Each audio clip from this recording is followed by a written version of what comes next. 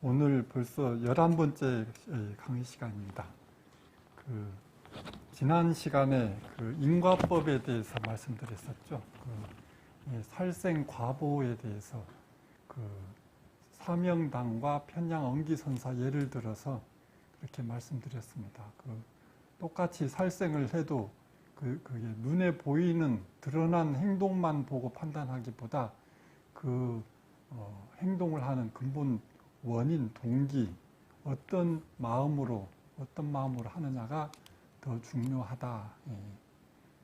우리 이 인과 윤회의 주체는 우리의 이 마음에 있죠. 마음에 어떤 행동을 할 때 어떤 의도, 어떤 마음으로 하느냐 하고 또 마음이 어떻게 새겨지느냐에 따라서 그 마음이 이제 다음 생으로 이렇게 이어지게 되는 겁니다.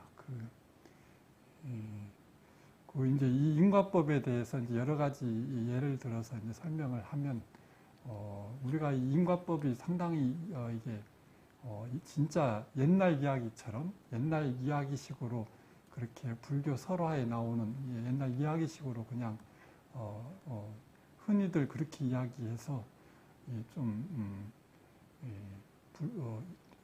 한마디로 이솝 우화처럼 그렇게 이제 알기가 단순히 그렇게 과보를 받는 그런 것으로 이해를 하기가 쉬운데, 이제 마음에 정확하게 어떻게 새겨지냐에 따라서 우리가 이제 마음 공부하는데 이렇게 상당히 이제 도움이 되기 때문에 이 인과법 이야기를 되게 중요하게 정말 잘 이해할 필요가 있다, 이렇게 생각을 합니다.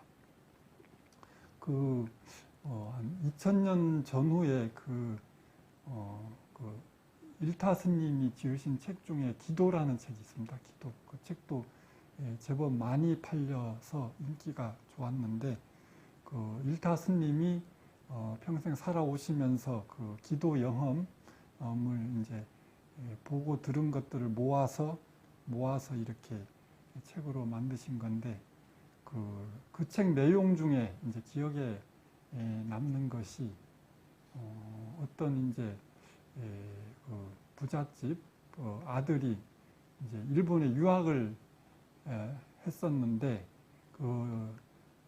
일본 이제 하숙집에서 이제 공부를 하는데, 그 집 하숙집에 키우던 개가 이제 그 아들을 엄청 평소에 잘 따랐답니다. 그래서 이제 되게 이뻐하고 좋아라 했는데, 그러다가 그 개가 이제 병에 걸려서 어떻게 이제 막 이리저리 손을 써도 잘 안 되고, 그때는 또 일본도 상당히 형편이 어려웠을 거 아닙니까? 그래서 이제 이렇게 해보다가 도저히 어떻게 안 돼서 어쩔 수 없다, 이제 이렇게 집에서 더 이상 키우기가 힘들게 돼서 이제 내다 버리기로 했답니다. 그래서 이제 그 집 아들이 자전거에 싣고, 이제 가까이 버리면 또 찾아오니까 자전거에 싣고 멀리 가가지고 이제 던져놓고 이제 또 따라올까봐 쏜살같이 도망쳐 나왔는데,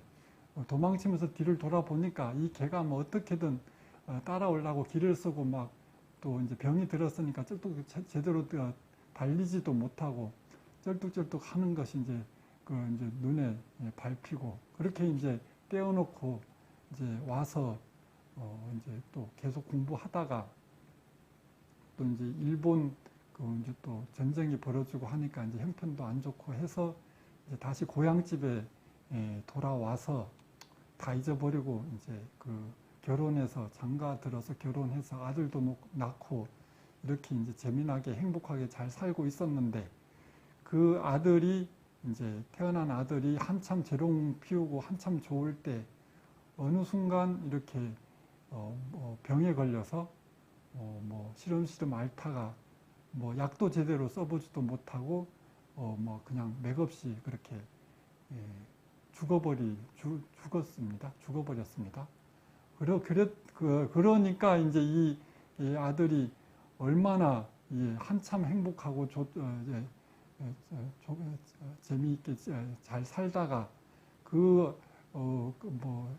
이렇게 그렇게 이뻐하던 아들이 뭐 그렇게 맥없이 죽고 나니까 막 정신 못 차리고 맨날 첫날 그렇게 술만 먹고 이렇게 지내다가 하루는 막 그냥 이렇게 뭐 집에서 이렇게 진짜 폐인처럼 그렇게 지내다가 이제 막 다 때려치우고 막 그 길로 이렇게 이리저리 떠돌이 유랑 생활을 했어요. 그러다가 이제 이리저리 떠돌다가 어느 이제 절에 가서 이렇게 묵게 됐는데, 그래서 이제 그 절 주지 스님을 보고 막 그동안 이제 막 신세 한탄을 막 이렇게 해서 아들을 낳았는데 맥없이 죽어버렸다 이렇게 막 신세 한탄을 하고 막 그러니까 그 주지 스님이 하시는 말씀이, 그럼 좋은 수가 있다. 걱정하지 마라. 네가 잠을 안 자고 보름 동안 진짜 지극정성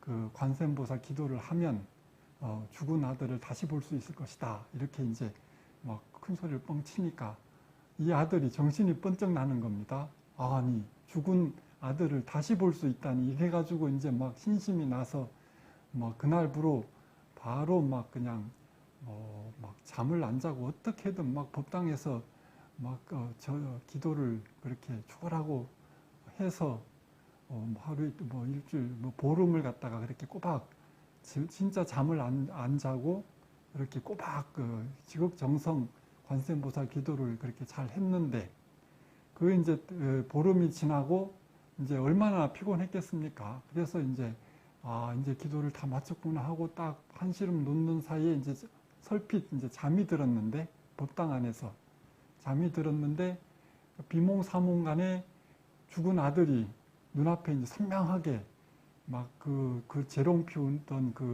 막 생글생글 웃는 얼굴로 눈앞에 환하게 보이다가 이게 이제 얼마나 반가웠겠습니까? 그래서 내 아들 이러면서 막 두 팔을 벌려서 딱 안으려고 하는데 그 아들이 뒤로 조금씩 뒤로 물러나면서 그 까마득하게 잊고 있었던 그 일본 유학 시절에 자기가 병들어서 버렸던 그 개로 모습이 싹 바뀌면서 그러면서 싹 사라지더랍니다. 그래서 이제 그걸 갖다가 이제 현몽을 그렇게 하고 나니까 그게 이제 내가 그 일본 유학 시절에 그렇게 갖다 버렸던, 병들어서 버렸던 그 개가 내 아들로 이렇게 다시 태어나서 이렇게 원수가품을 했구나, 이렇게 생각이 되어서 자기 아들로 딱 눈에 보이다가 이제 그 개로 변하면서 싹 사라지니까 그렇게 이제 그 개가 원수가품을 했구나 이렇게 막 되니까 이제 그동안 이제 자식 때문에 그렇게 막 뭐 허망하고 그런 것들이 이제 그 원인을 분명히 알게 되니까 이제 다 세상 모든 일들이 다 부질없고 해서 그 길로 바로 이제 출가를 해서 열심히 수행을 해서 이제 나중에 큰 스님이 되셨다. 상당히 그 일제 당시에 우리나라 큰 스님으로 유명하셨던 실지 스님의 속가대 이야기를 그렇게 그 당시, 지금은 우리는 모르지만 그 당시에는 다 알만한 그런 큰 스님이셨다, 이렇게 이제 이야기를 그렇게 들은 적이 있습니다. 그래서 이제 그 일타 스님 책을 보고 그때 이제 스님들도 많이 봤거든요. 그래서 이제 역시 그 살생 과보가 이렇게 무서운 거구나, 이렇게 다들 그렇게 받아들였는데, 저도 처음에는 당연히 그렇구나 이렇게 이제 생각을 했었는데, 점점 이제 공부하면서 이 마음에 대해서 조금씩 이게 좀 확실하게 이렇게 그런저런 정리가 되다 보니까 그 부분이 좀 모순이 많다, 문제가 많다고 이제 제 나름대로 이제 정리를 해서 이렇게 말씀을 드리는 겁니다. 이게 뭐냐 하면 우리가 이제 그렇게 어찌 보면은 되게 사실적으로 다 이게 그대로 받아들여지기 일 수 있는 이야기잖아요. 그죠? 우리 절집에. 근데 그 하나하나를 갖다가 이제 정확하게 분석을 하면 사실 개가 사람으로 태어난다는 것은 상당히 이거는 실질적으로 현실적으로 이게 이치에 안 맞거든요. 왜냐하면 이게 아까도 처음에 말씀드렸다시피 이게 윤회의 주체는 마음이기 때문에 마음은 이제 생각, 의식의 수준이 있어요. 사람처럼 생각하고 이렇게 하는 수준이 어떤 개나 뭐 짐승이나 이런 그런 동물들은 의식 수준이 그렇게 되질 못해요. 그러니까 다음 생에 어떻게 해서 사람 몸을 받는다? 이거는 뭐 거의 뭐 불가능한, 있을 수 없는 일이고, 그러고 이제 이게 이제 뭐 그렇게 인간 사람 몸으로 받기도 극히 불가능한데, 그 개가 사람 아들로 태어나서 원수 갚으려고 아들로 태어났다? 이거 자체가 이제 너무 이거 어떤 뭐 전설의 고향처럼 이런 이야기가 되는데, 사람들은 그런 이야기를 이렇게 들으면 그냥 그런 비판 없이 그냥 받아들이게 된단 말입니다. 대부분 다 뭐 이렇게 그 책 읽은 사람들은 진짜 그렇구나, 역시 살생과부는 무섭구나, 그냥 이렇게 생각하게 되지, 그거를 그렇게 철저하게 분석해서 이렇게 그걸 이게 이 진위를 여부를 이게 판단하지를 잘 않아요. 그러니까 그래서 이 인과 응보, 윤회 이런 부분들이 그런 허구적인 것들이 되기가 쉽다. 이렇게 이제 그걸 사실 구체적으로 막 그런 걸 갖다가 이게 논리적으로 이렇게 그걸 이렇게 보면 그 허구적인 부분이 엄청 많은데도 그렇게 생각을 못하고 그냥 받아들이기가 쉽단 말입니다. 그래서 제가 이렇게 이제 말씀을 드리는 거예요. 그래서 이게 요즘 세상에 전설의 고향도 아니고 그렇게 이제 이 윤회의 주체는 마음이고, 마음은 이제 그 생각, 의식에 있는데 어떻게 걔가 다음 생에 그렇게 그 아들 원수 갚으려고 태어날까? 그건 너무나 이제 허무맹랑한 비현실적인 이야기다. 그런데 그러면 왜 그 아들 꿈에 기도를 그렇게 열심히 해서 했는데 그 아들 꿈에 그렇게 나타났을까? 저는 이제 그것이 뭐냐 하면 자업자득 자작자수라고요. 자기 마음에 새겨진 게 그렇게 드러나는 겁니다. 자기 마음에 그 개하고는 상관없이 이제 자기가 버리고 오는 순간 뒤를 돌아봤을 때 이제 그 아픈 개가 막 쩔뚝쩔뚝 하면서 자기를 따라오는 그 광경이 막 가슴에 딱 맺히잖아요. 그죠? 그거는 한번 맺힌 것은 잘 없어지질 않고 이제 잊어버린다 해도 남아있는 거거든요. 근데 이제 그게 마음에 남아있는 것이 그렇게 이제 기도를 해서 의식이 이제 순수해지니까 이제 마음에 딱 응어리 잡힌 게 이렇게 그런 순간에 이렇게 드러나는 거거든요. 그 드러나는 것은 좋은 건데, 기도를 열심히 했기 때문에 드러나는 건데, 그거 하고 자기의 이제 그동안 또 아들이 죽어서 막 마음에 맺힌 가고 이제 서로 매치가 돼서 그게 하나로 돼서 그렇게 이제 혼동을 하는 거죠.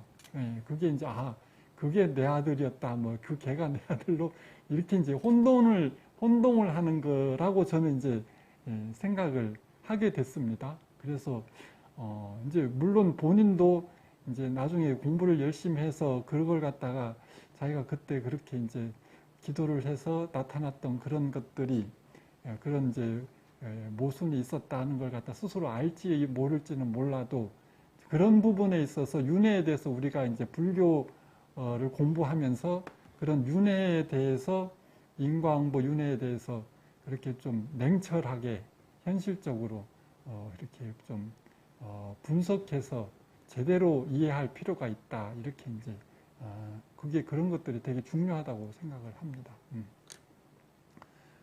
그리고 또 이것도 한 2000년 정도 그 전후였을 거예요. 그 당시에 이제 예능 프로에 막 그 전생 뭐 보는 교수가 뭐 체면을 걸어서 이제 전생을 뭐 이렇게 본다 이렇게 해서 되게 인기가 좋았는데 그 이제 예능 프로에 이제 그 연예인들을 이 나와서 이제 의자에 앉아 이렇게 누워가지고 앞에서 이제 시계를 똑딱똑딱 하면서 뭐 이렇게 하면은 뭐 최면도 엄청 쉽게 걸리더라고요. 그래가지고 이제 그래서 이제 당신은 뭐 10년 전, 20년 뭐 한 살, 두 살 하다가 전생으로 갑니다. 이래가지고 그래가지고 이렇게 전생으로 가면은 지금 뭐가 보입니까? 이러면 대뜸 목소리가 썩 바뀌면서 여봐라 이러면은 뭐 물을 떠오너라 뭐 부채를 붙여라 이러고 막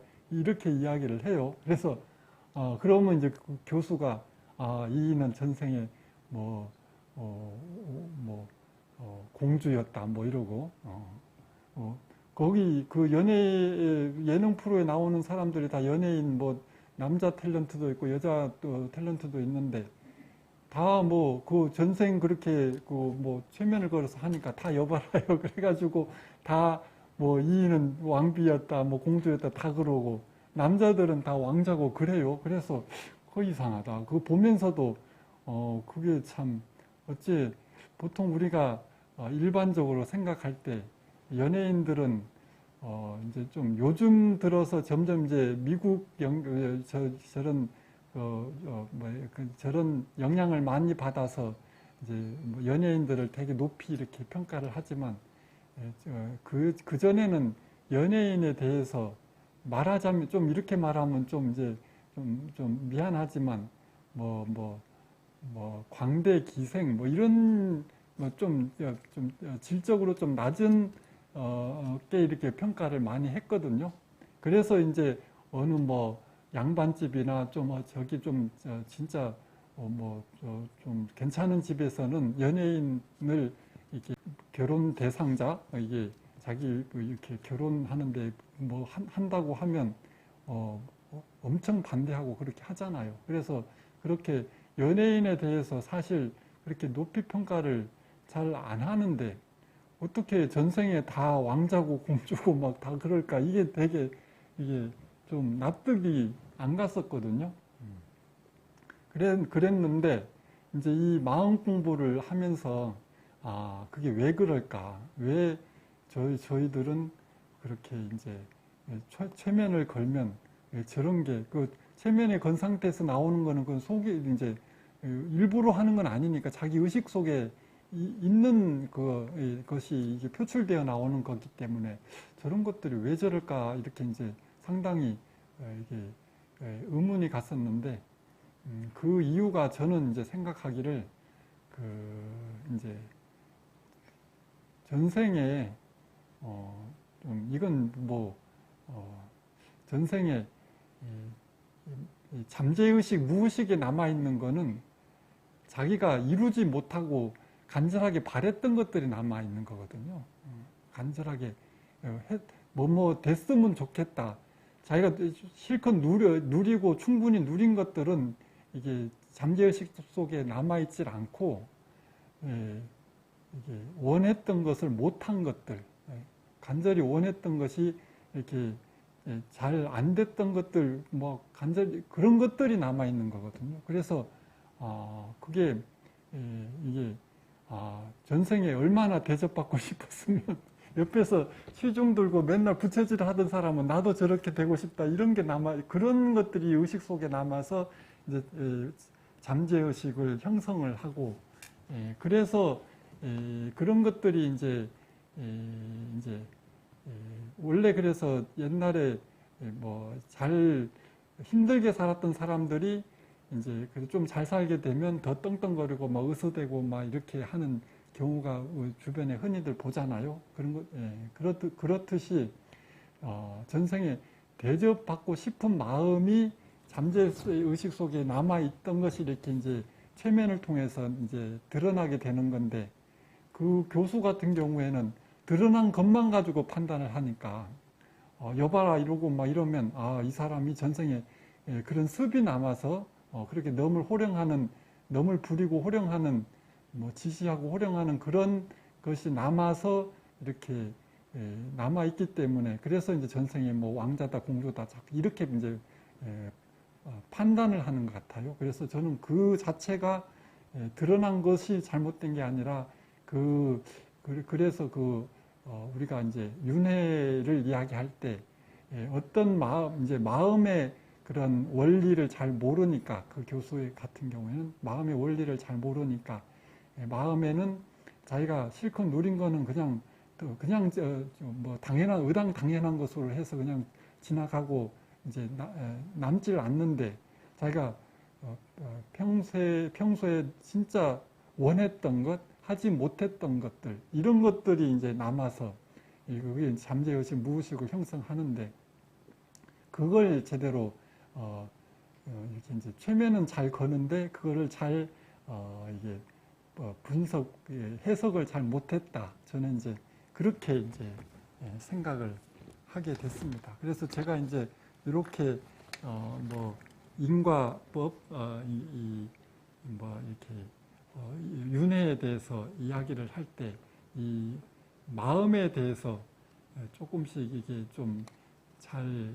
내 마음, 이제 우리가 이제 금생에 살면서도 그렇고, 이게 이제 뭐 전생이라 해도 특별한 게 아니고, 우리가 이제 살면서 마음에 대해서 금생에 이런 저런 이게 겪었던 것들에 이게 자기 마음 속에 이제 그렇게 내재해 있던 걸 조금씩 이해하게 되면, 우리가 금생을 제대로 이해하게 되면 전생도 그게 뭐 별 특별한 것이 아니기 때문에 그대로 연결시켜서 충분히 이해할 수가 있다, 이렇게 이제 생각을 하는 겁니다.